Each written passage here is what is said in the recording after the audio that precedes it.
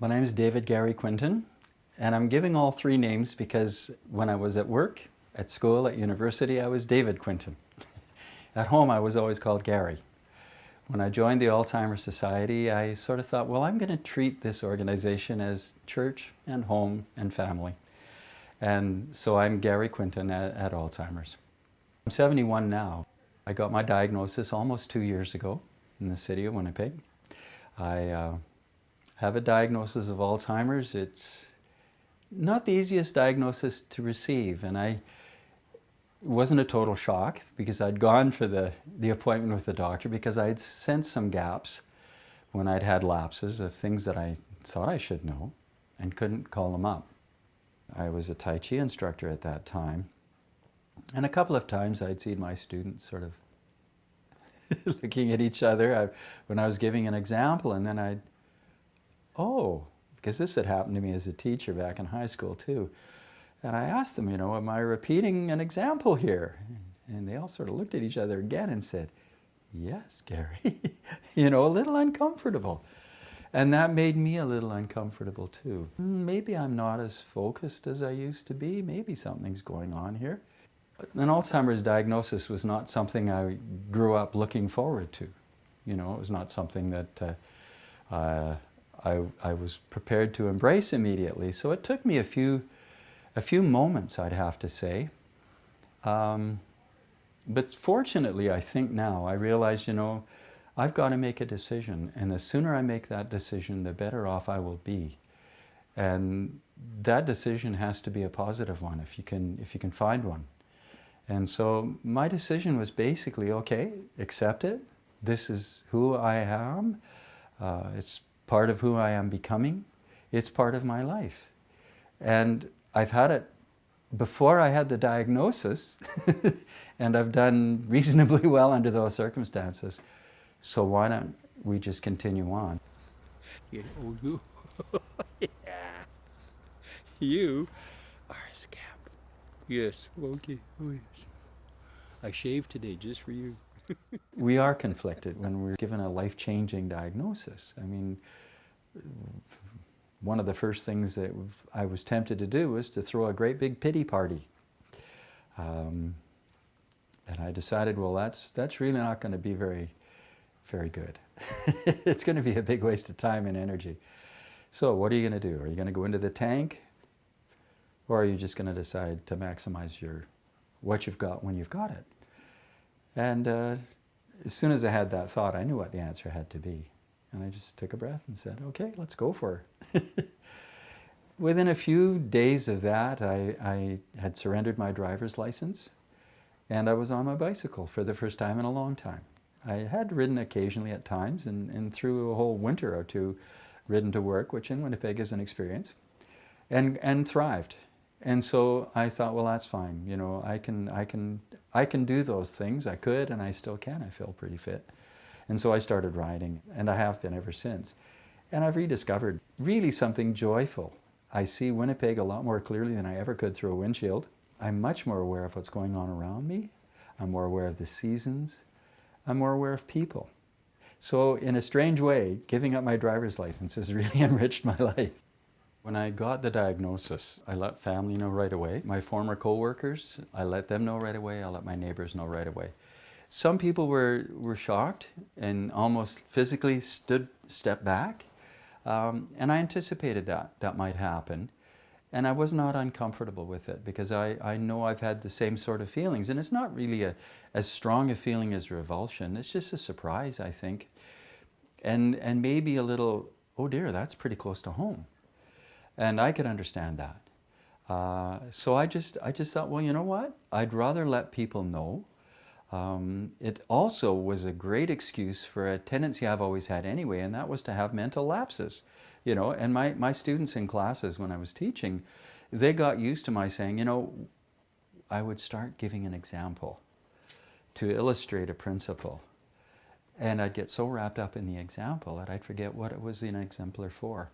So then I would ask my class, okay, I got off track there. What was I illustrating? And they'd look at each other and grin and chuckle and say, okay, this is what you were talking about. And we'd go on rolling.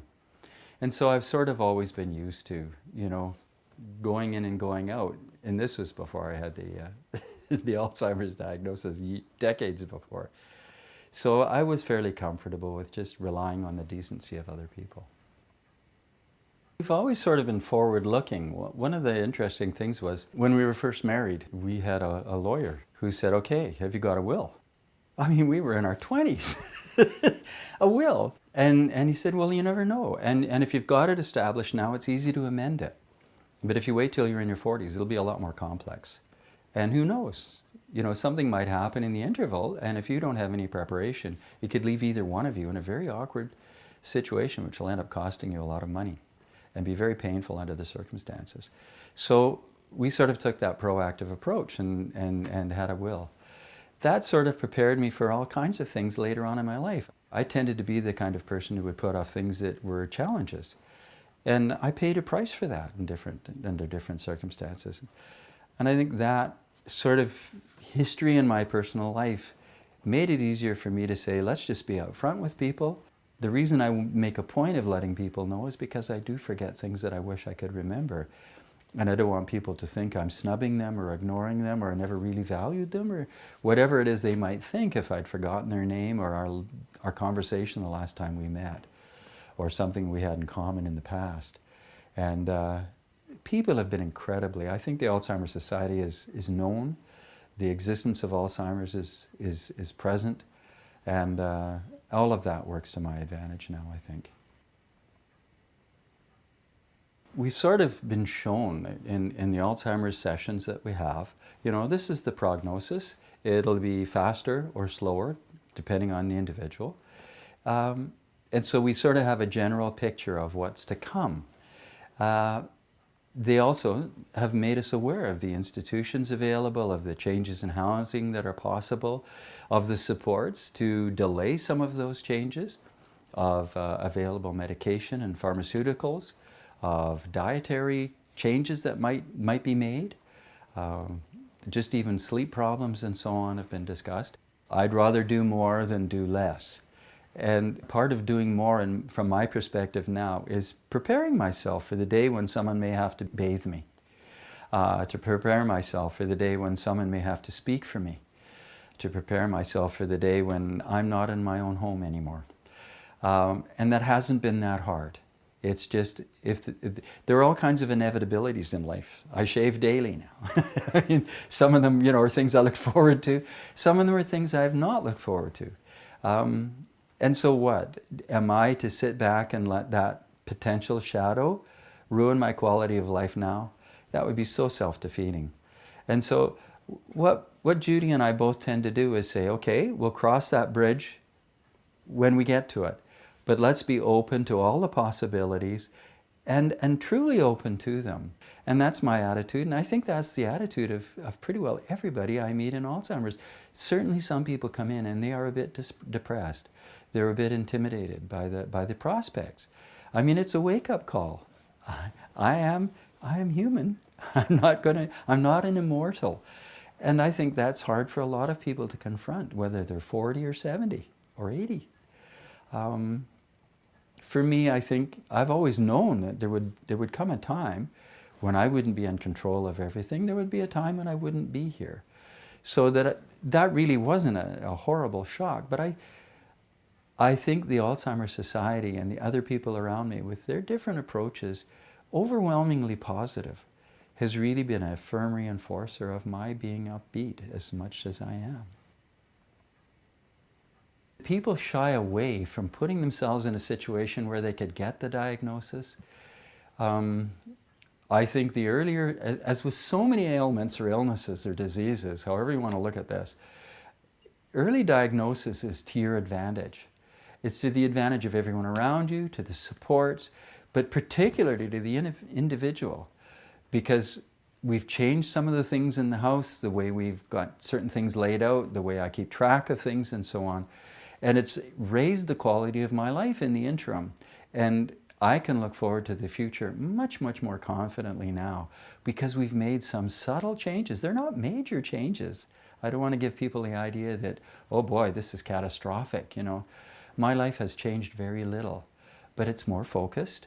And in some ways it's more comfortably controlled, and definitely more so than if I were still blundering along on my own, wondering what's wrong with the rest of the world, because it isn't just working right.